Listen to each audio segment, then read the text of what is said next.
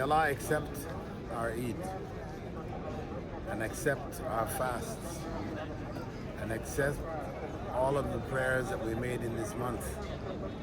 And may Allah keep this in our scale of good deeds until we meet Him on the Day of Judgment. We ask Allah subhanahu wa ta'ala to help the Ummah, to help all the various suffering Muslim brothers and sisters throughout the world.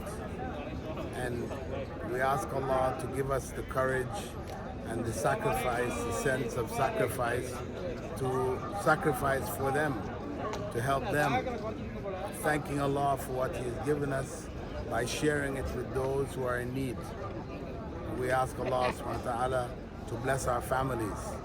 And this is a day of happiness, and we should be happy on this day.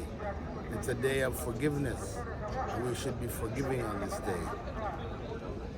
Oh Allah, bless us all, not only on this day, but throughout the year until we join you again on this day in the coming year and the years to come.